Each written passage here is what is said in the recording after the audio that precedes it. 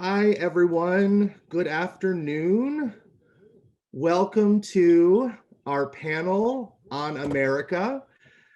Today's panel is an opportunity to preview Governor State University's upcoming theater and performance studies production of Charles L. Mee's Bob Rauschenberg America, which is a unique look at America through the collage style of visual artist Robert Rauschenberg.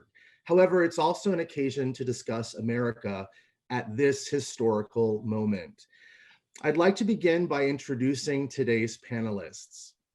Charles L. Chuck Mee is an internationally renowned playwright, historian, and author known for his collage style of playwriting, which makes use of radical reconstructions of found texts. Representative works include Big Love, True Love, First Love, Summertime, Wintertime, Limonade tous les jours, Orestes 2.0, and Trojan Women, A Love Story.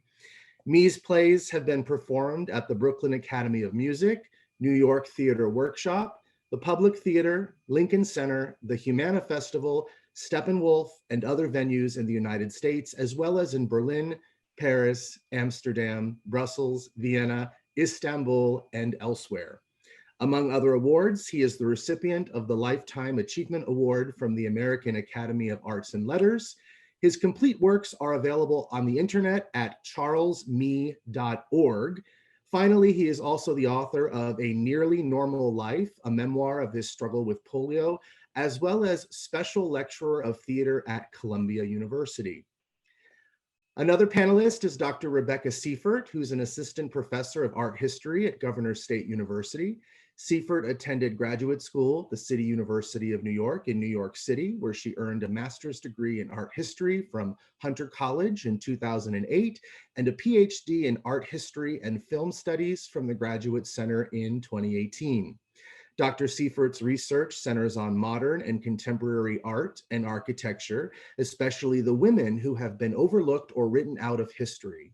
Her recent book, Into the Light, The Art and Architecture of Loretta Vinciarelli, focuses on Italian-born artist, architect, teacher, and theorist Vinciarelli. Next up is Megan Lindsey, who holds a Master of Arts in Dance Movement Therapy from Columbia College, Chicago. She joined the Theater and Performance Studies program at Governor State University in 2013 as adjunct faculty and resident choreographer, and also serves as the coordinator, director, and faculty advisor of the Governor State University Dance Company. Megan also works as a teaching artist in Chicago with a variety of companies and works with Indiana Ballet Theater during their summer season, facilitating dance camp and offering studio classes. Megan has danced professionally with modern dance company Perceptual Emotion Dance Company and Sarasota Contemporary Dance Company, and co-founded Rebound Dance NPF, a dance festival production company. Dr. Reynolds Ray Andujar is assistant professor of Spanish literature and sociology at Governor State University. He holds a PhD in Caribbean literature and philosophy from the Center for Advanced Studies of Puerto Rico and the Caribbean. His research and teaching interests include Latin American and Caribbean studies, race, ethnicity, and national identity, cultural and social studies, the relationship between body, language, and literature, and the performing arts. He is also an award-winning author. Since 2005, Andujar has published 8 books and produced short films, earning him awards at literary and cinema festivals in Spain, Cuba, and the United States. His second novel, Candela, has been turned into a movie and will premiere this summer. He serves as editorial director of Revista Contratiempo in Chicago and as an artistic associate at Chicago's Aguijón Theater Company. Now I would like to introduce the cast members from the production of Bob Rauschenberg America who are here with us today. Not all are students. In fact, one of the things that we do here at Governor State, one of our longstanding traditions, is our main stage productions consist of students, also sometimes faculty, staff, and community members. I'd like to first introduce Thea L. Anderson, playing the role of Susan, Michael DePriest Reed, playing the role of Becker, Rachel Kim playing the role of Wilson, Samantha Patty playing the role of Phil's girl. We might be joined by Hello. a few other, hi, we might be joined by a few other folks in the next few minutes. And finally, I am moderator and panelist, Dr. Patrick Santoro, Associate Professor and Artistic Director of Theater and Performance Studies at Governors State University, as well as Director of Bob Rauschenberg America. I received my PhD in Performance Studies from Southern Illinois University, Carbondale.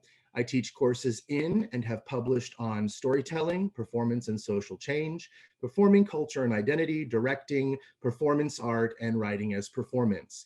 I have worked as a director and performer in professional and educational theater for over 2 decades. Representative directing credits include Fahrenheit 451, The Laramie Project, Fat Pig, For Colored Girls Who Have Considered Suicide When the Rainbow Is Enough, Anne Sexton's Transformations, a contemporary retelling of Alice in Wonderland from the perspective of the Me Too movement, and Baggage, winner of Source Theater's 21st Annual Washington Theater Festival 10-minute play competition.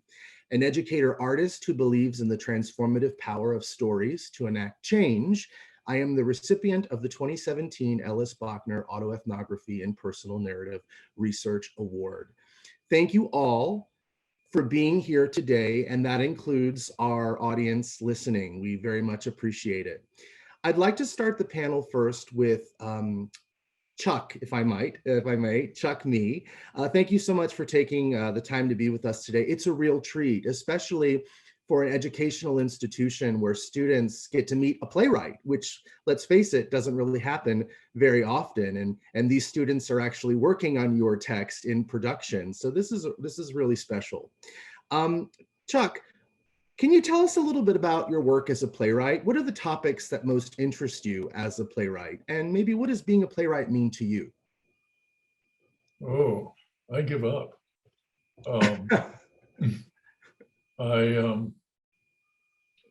I don't know quite how I became a playwright. I mean, I think when I was 5 years old, coming home from the playground, I thought, oh, gee, when he said that, I should have said this.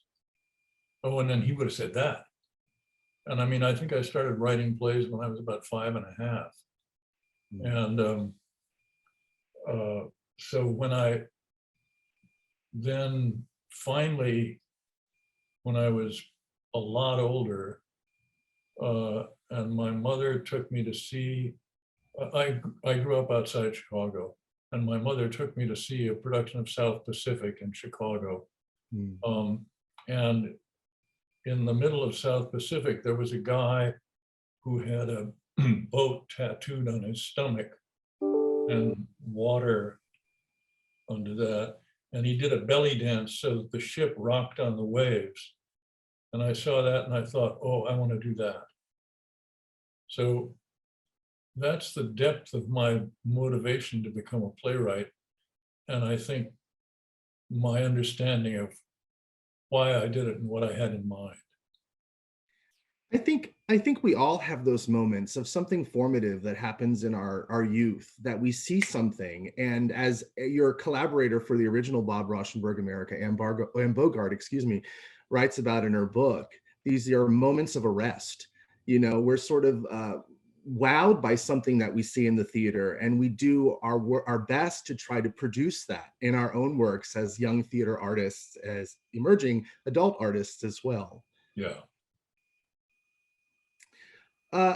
Chuck, can you tell us a little bit about why Bob Rauschenberg America? What inspired this piece? Well, what inspired the piece was that there was back in, I think it was 1999, there was a huge sort of retrospective exhibition of Rauschenberg's work in New York. And I went to see it. And I walked in the door of the gallery and looked around and thought, oh, this is a theater piece. So after I wandered around the exhibition, I phoned my friend Anne Bogart, who was running her theater company, the City Theater Company. And I said, Anne, I just had an idea for a play based on the work of Robert Rauschenberg.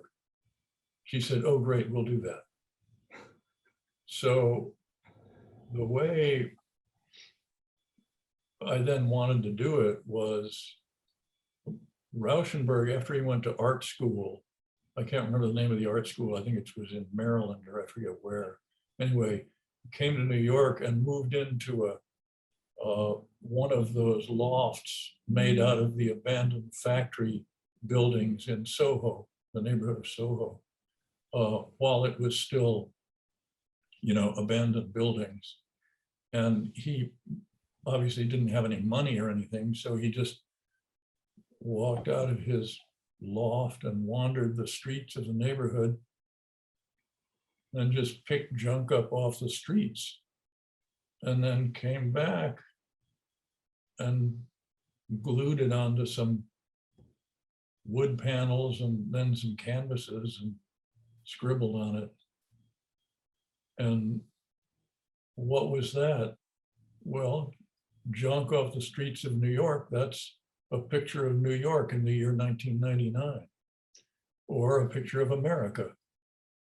So I thought, yeah, that's all this is. There's not a story, there's not a plot line, there's not a beginning and a middle and an end.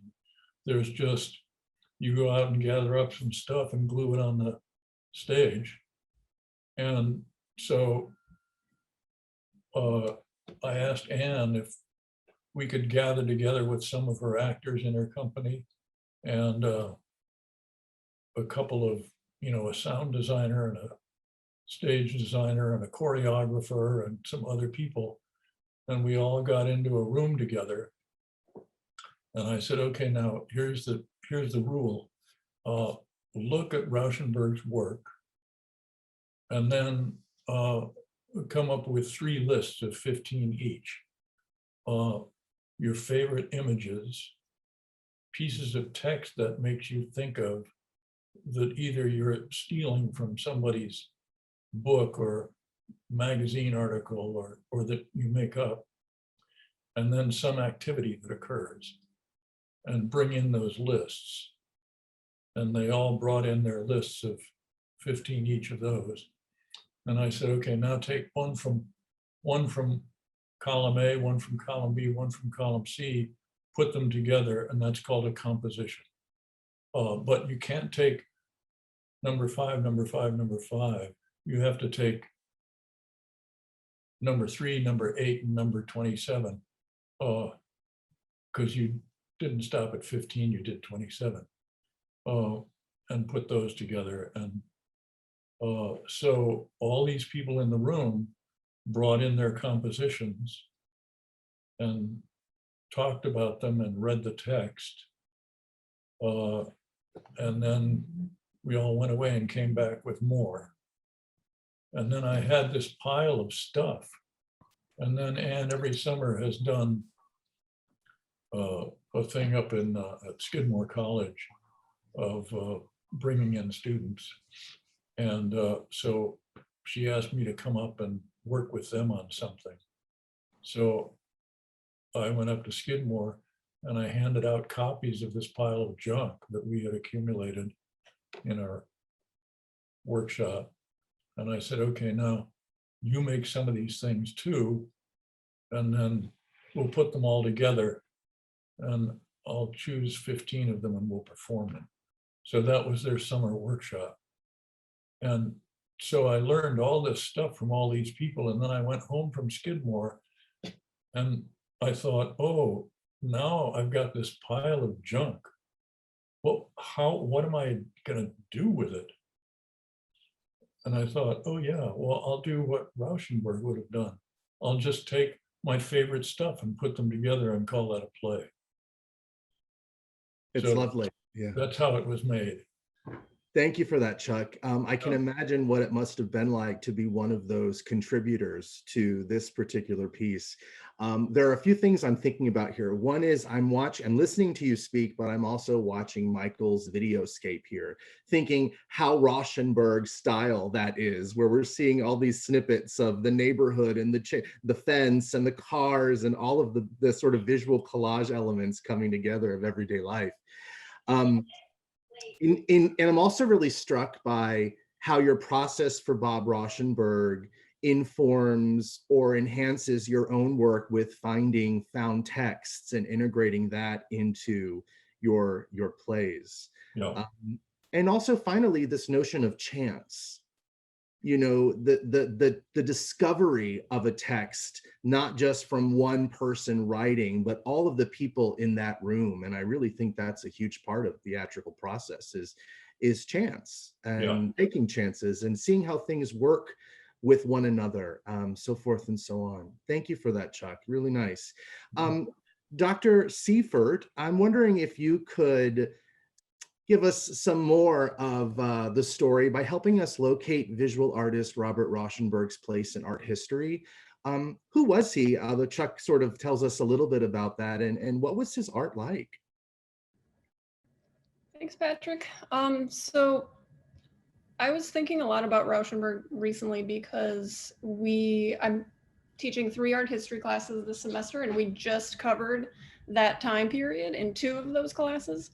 So it's right at the forefront of my mind. And what's interesting is that we move from the early 20th century. We look at folks like Marcel Duchamp, a Dada artist, known for taking found objects and representing them in a new context so that they're considered art. So famously the urinal,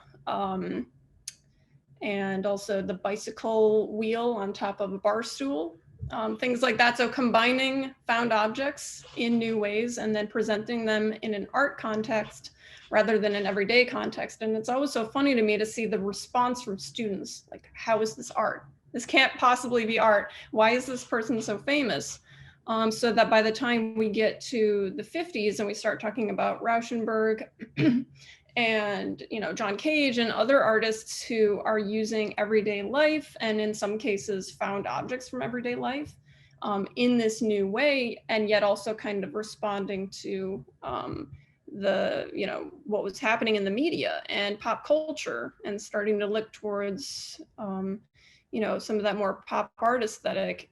By that point, they're starting to get it. They're starting to get on board, and it's not quite so scary and unusual at that point. But so I always think about Rauschenberg, he's difficult to pin down. And I think his work kind of speaks to that, you know, so he's involved in performance, painting, sculpture, combines, which are a combination of painting and sculpture. So he's a difficult artist to kind of locate for that reason. But I always kind of position him in that neo-Dada kind of camp, early 50s, working in the wake of the abstract expressionists like Jackson Pollock. So in so much of Rauschenberg's work, you see that like reference to the abstract brushstroke, the drip. And yet I always find it so interesting, like, is it a parody of what came before? Is he poking fun at them? There's a little bit of humor in his work in general. And I think that part of that is his critique of who came before, to kind of position himself and those of his contemporaries in this new realm and kind of say, like, this is who we are. We're doing something we're pushing back a little bit. And we're going to take that original unique painting that you all created in the 40s, and we're going to say, you know what, I'm going to incorporate something that I found. This is not something I made. So questioning that idea of originality in art is really key to Rauschenberg's work, and I think it's really key to Charles Mee's process as well, it sounds like. So I just think it was so fascinating for me to learn a little bit more about this play and a little bit more about Mr. Mee's work in general. So thank you so much for inviting me to be here. I'm looking forward to the performances later this week. It's great to have you here, Dr. Seifert. And so one of the things I want to pull from what you said is this sort of focus on process. So at this time, Rauschenberg and his contemporaries, and I think the same is true for you, Chuck, isn't so much about a product, a final artwork that hangs on the wall, but a process, a three-dimensional embodied process of getting to the artwork that is just as important as the final product itself. Would you say that's accurate, Dr. Seifert, for work at this time? Yeah, that's a good point. And it's something I think that they're drawing in some ways from the abstract expressionists, because you get a sense of the process, even though the final product it's the work of art, but you get a sense of what led up to that final piece. So they're kind of, it seems like, pushing that a little bit further, so that it is more so about the journey rather than the destination, I guess. Yeah, no, that makes sense to me. Megan Lindsey is our choreographer for Bob Rauschenberg America. How are you, Megan? How are we referencing history, this particular era of history in our production? I'm thinking of a very particular line dance that maybe you might Yeah, do. exactly.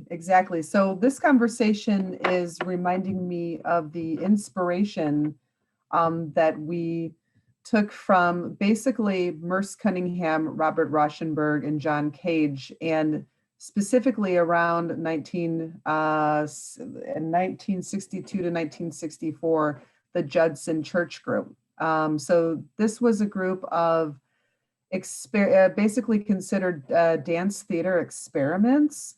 I think Steve Paxton, who's referenced in the play as well, was a part of this group. And it was a rebellion really to the confines of what modern dance was at the time.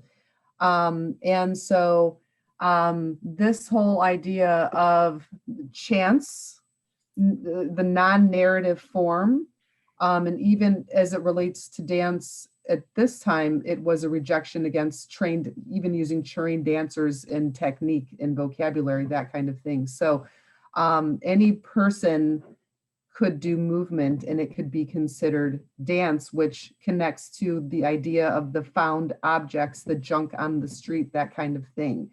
So anything could be dance. It was all about movement for movement's sake, and it was all about experimenting and rejecting and the traditional compositional elements at the time and things like that. So it totally connects to what was happening in the other art forms for sure. And so I'm going on a little tangent here. The line dance in the show, and this was really Patrick's idea. We were having a conversation about what is line dancing today, and it's a very popular form of dance. And I was telling Dr. Santoro that there's a line dance for every song. It's a really big thing. It's so popular. And this is traditionally, some of the popular ones in our community, like the wobble, the Cupid shuffle, and things like that. And so Patrick said, wouldn't it be cool if we sort of did a nod to John Cage and Merce Cunningham? I said, that'd be fantastic. So we drew the inspiration for that piece from the work of Merce Cunningham, really. And so I did some research in terms of his movement vocabulary and some of his aesthetic and his ideas, especially as they connected back to that time in the 60s, and created a line dance in the style of Merce Cunningham with no music. We did decide to add a metronome for rhythm and that kind of thing. And have been playing with some of the elements of it in terms of spacing and composition and some of the sound effects that happen just from the body parts and the rhythms within the movement themselves and that kind of thing. So, and I really feel, after thinking about how the dance and movement fits into the big picture of the show, that this particular dance to me represents the essence of the idea of what the show's all about, personally. Yes, Chuck, thank you, Megan. Chuck, I'm just curious, why a line dance? I'm curious. Well, I don't know. I'm thinking several things listening to y'all, but one thing I'm thinking is I graduated from college in 1960. And so I was there at the Judson Church in 1962. And so inspired by that work. And was writing stuff for off Broadway. And then I got very caught up in anti-Vietnam War activities and became an activist against the war, and then began writing stuff about American political history and wrote a dozen history books, not as a disinterested pursuit in the truth, but as an advocate of various points of view. And then I started the National Committee on the Presidency to impeach Richard Nixon. So I was out of the theater for those years. And then when I came back to it, one of the things I think of about the stuff that I toss into a play is that it's like when you write a history book, you don't make up the story out of your sweet imagination. You quote Nixon, you quote Winston Churchill, you tell the story that was documented about the conference on the Marshall Plan at the end of World War II. And so that's what a lot of the stuff is that I throw into a play. It's evidence of who and how we are. And it's not fiction, it's not made up out of my heart or my crazy mind. Here it is, this is a fact of life today. So that's a little bit like Rauschenberg getting junk off the streets. He didn't make that up. You can't argue with that. That's America. That came off the street. And the other thing is that when you begin doing that, and then you wander around Europe for a few years, and you see the work of the great dance theater maker Pina Bausch, and hear the story about, yeah, Pina Bausch took her company to Sicily, and all the members of the company wandered around that town for a week. And then they came back into a room with Pina Bausch, and they said, yeah, I saw this down in the piazza, and oh, these people did that near the fountain. And then that's the stuff that they put together, and Pina Bausch makes into a piece that they do at the Brooklyn Academy of Music. So those are the people who were really inspiring me a lot. Yeah, and it's clear that you've taken inspiration from lots of people, lots of traditions, lots of styles in Bob Rauschenberg America. I'm thinking now specifically of the square dance number, where in the script you write, a country music song slams into the piece. Remember what country music does, how American it is, how it adds automatically themes of love, betrayal. 100 storylines enter the piece with country music, a country music song which just repeats itself. That's the direction.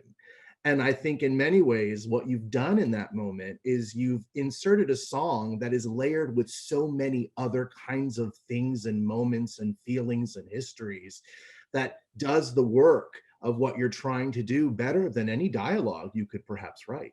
Yeah, right. Yeah. You know, interpreting the script, Chuck, has been an adventure. I've read, I recently had a conversation with our lighting designer, and she was recalling reading the script, and she says, well, I don't really know. I mean, you know, usually when you read a script, you get a clear sense of what's happening on the stage, but she really did not have a clue as to how this translated to our stage until she saw it, which I think is part of the piece's power.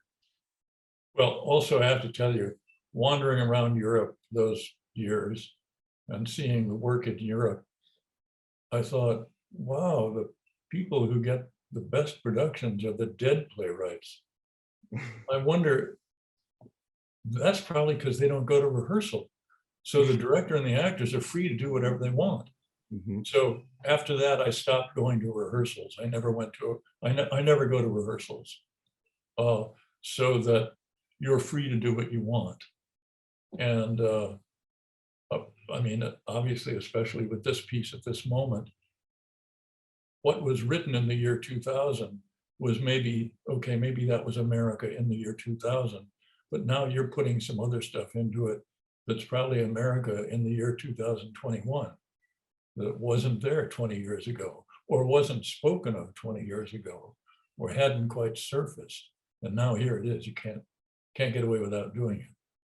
And I also have to say one other thing, that I think the best scene I've ever written was, as I say, I never went to rehearsals, still don't. But Anne Bogart is such a good friend of mine. One time when we were doing Bob Rauschenberg America at the Humana Festival, the first production of it, I just went by to say hello to Anne, and she said, "Oh, Chuck, here, just join us for a while." So, okay, sure, Anne.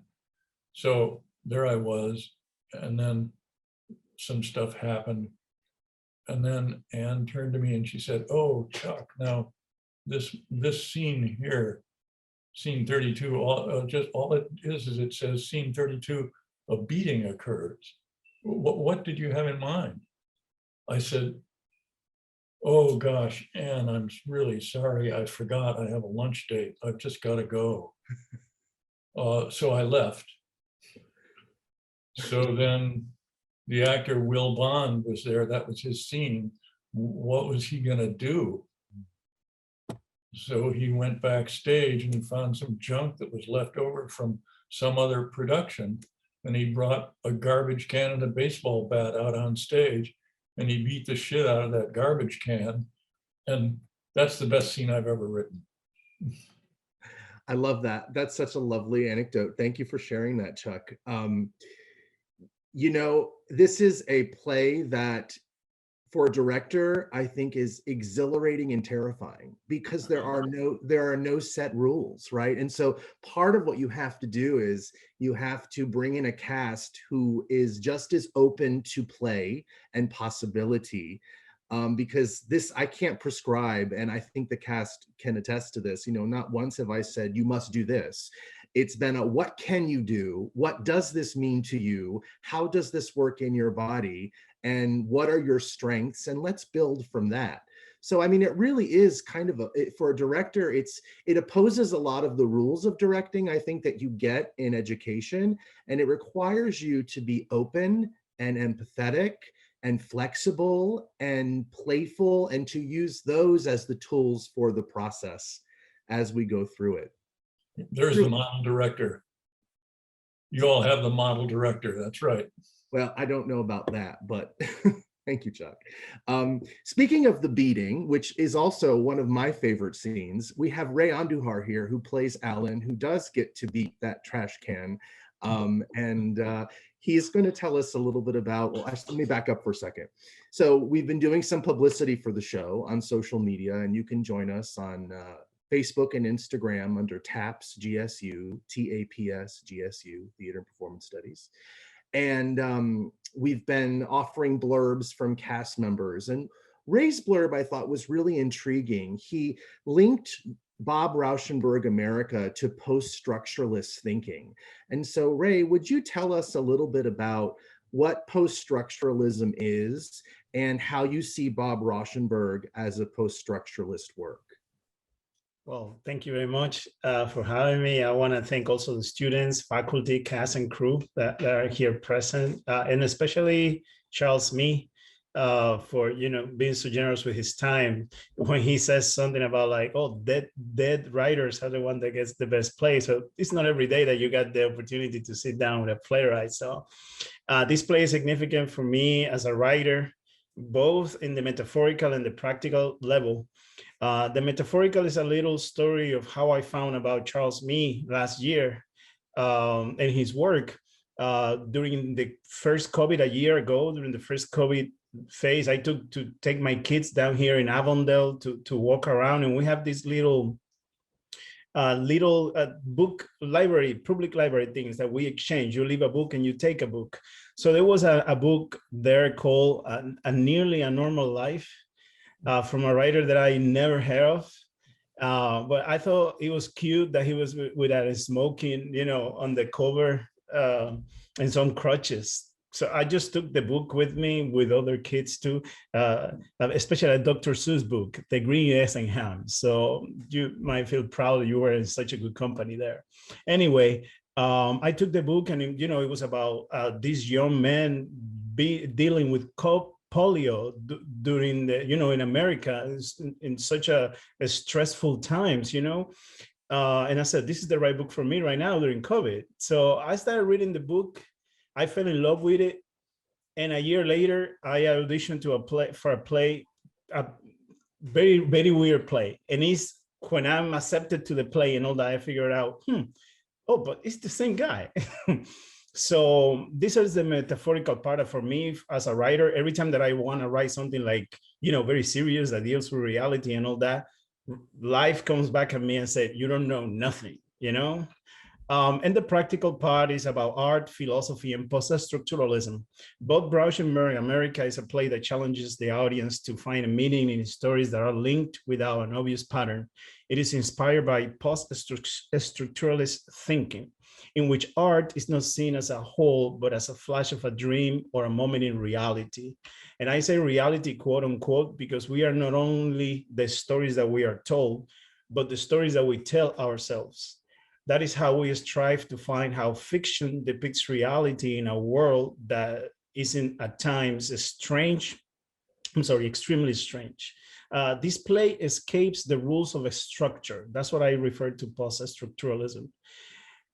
Escapes the rules of structures in regards to referential rules or the rules that we know about drama. And it does so by challenging relations of experience and observation. The play creates its own rules regarding what's true, what is truth, and what's believable. This is a reference of Jacques Derrida. He calls this anti-representation, in which fiction or dramatic writing takes reality out of the pragmatic functions of communication and provokes a symbolic exchange. In the play, I play Alan, as our director says. He, for me, is a man that is torn between the reality of the world around him and the chaos that the universe represents. So those are the stories that we are told and the stories that we tell ourselves. In my interpretation, Alan is an accountant that is haunted by the idea that he could have been an artist. And he doesn't know that he actually is an artist. Throughout this story, Alan tries to provide meaning through playfulness, love, and cosmos theory. His uniqueness resides in his ability to find strength in the struggle. And I think, and I'm going to quote Paul Auster here, in the struggle is that we find the beauty. Thank you.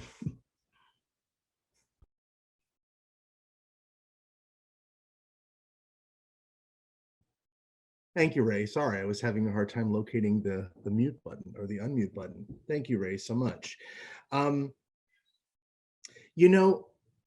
Charles, you said, you wrote this in the early 2000s, and now we're producing it in 2021, and a lot has changed. We're in the middle of a pandemic.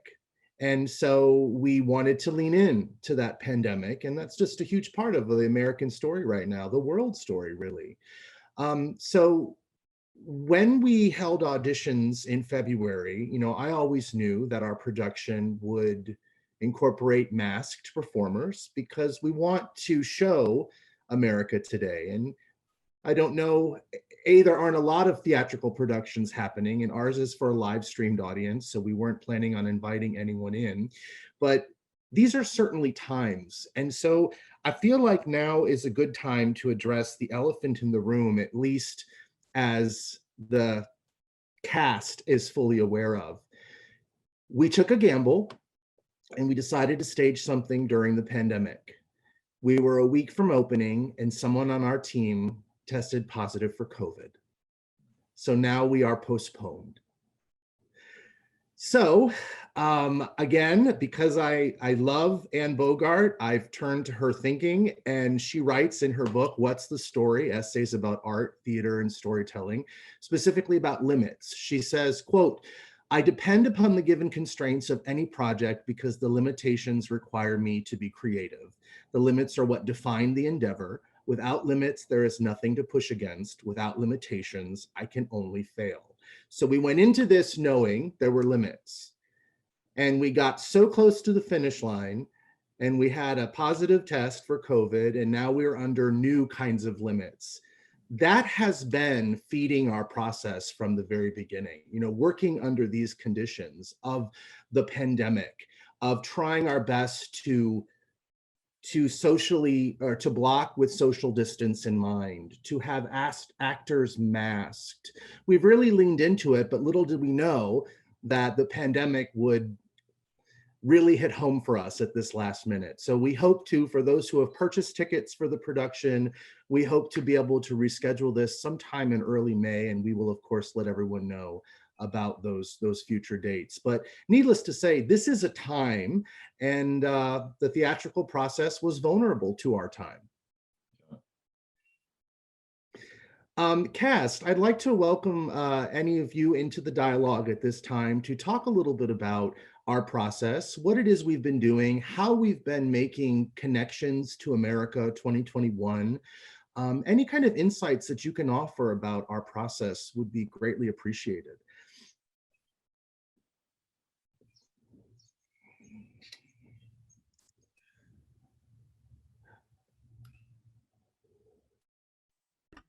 Anyone want to jump in? I can. Thanks, Hi. Thea. My name is Thea and I'm playing Susan. Someone said something a couple of minutes ago about this being the kind of show where you as a director have to kind of just show up and see what you're working with. And there's sort of a running joke in rehearsal that if you let Patrick see that you can do something, he's going to put it in the show. And so it's created this atmosphere of just unabashed experimentation. It's to the point where it's like, oh, you tap dance? Okay, bring your shoes. You play the ukulele? Okay, bring that on Saturday. We're gonna use that. And it's really it's been a really cool way for all of us to shine and just take a lot of cool risks.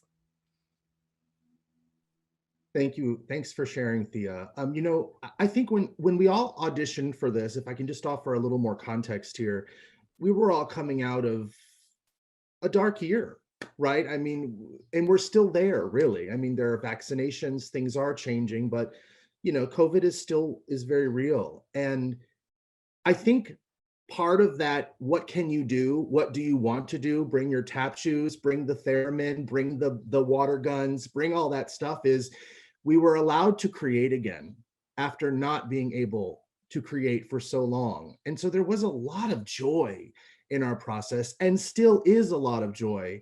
There still is a lot of joy in our process, despite the fact that now we've had to postpone a little bit. But I wanted this opportunity to be something that we all could get something out of, that we all would really have fun doing. And I have to tell you, Chuck, your piece, I decided to direct because it had something to do with America, right? At some level, it has something to do with America, but it's really been a wonderful exploration of joy. I think I speak for all of us involved. It's so nice being in a room again with people. It's so nice being able to create alongside others, to have a space to do that. It's been incredibly hopeful and has made me feel less alone, especially at this time.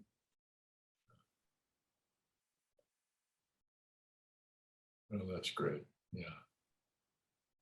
Anyone else want to weigh in? Any other cast members want to talk a little bit about their experience with the process, or some of the connections we've talked about in regards to America in 2021?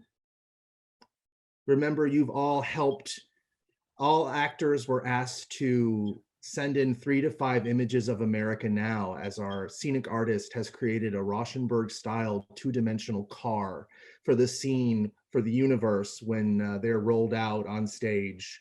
And so there's this beautiful Rauschenberg artwork that our scenic designer put together, and that includes all of the images that the cast sent in as a sort of collage of America at this current moment. Maybe some cast members could talk to the images that they submitted and why those were relevant today. Michael here. I'm glad I got what I had to get out during the practice session and not the process section. Dr. Santoro and Mr. Me. In my neighborhoods and surrounding areas and stuff, it's a whole thing about race. Race here, race there, and you did some I don't know, some nice stuff as far as in Becca's movie about a spade named Jones and a nigger killing lawman and this sort of thing. And that was in 2000, okay? It's very prevalent today.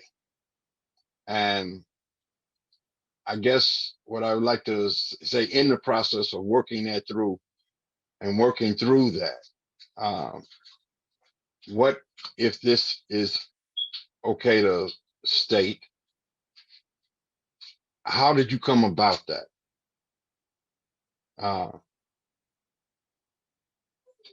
The spade named Jones and the lawman and that, because, you know, we're in a court case right now with George Floyd about this guy killing this guy. All right. And that was done. That was foresight before this even went down, even though I'm in a race that I know this stuff happens all the time, but to see it come to fruition, I don't know, it was quite enveloping.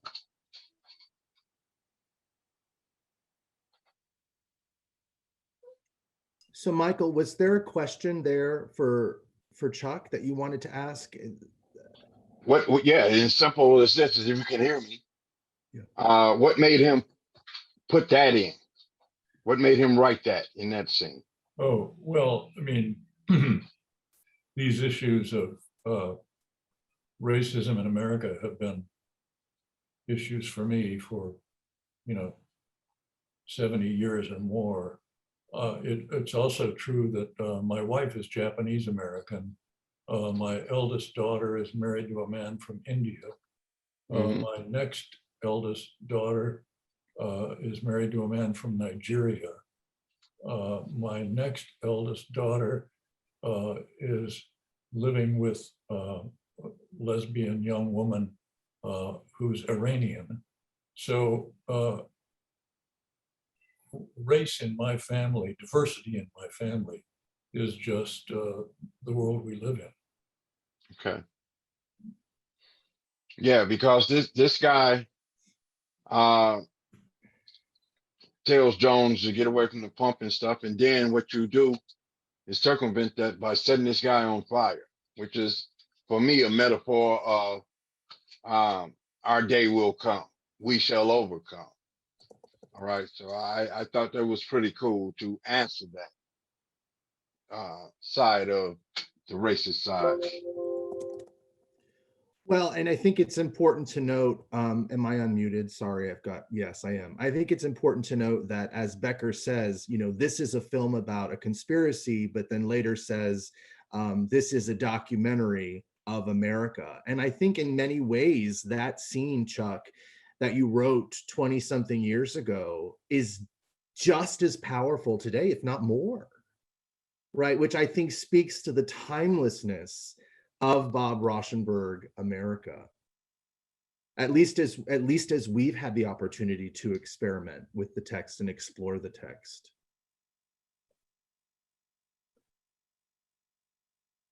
Any other cast members who would like to talk a little bit about our process? We have several more minutes. The hour went by very quickly. Would be great to hear your voice if you're interested. I also have a couple of questions from the audience. If we can go there, we can do that. Here's a question. How do you connect with your role, or what makes you connect? This is for actors.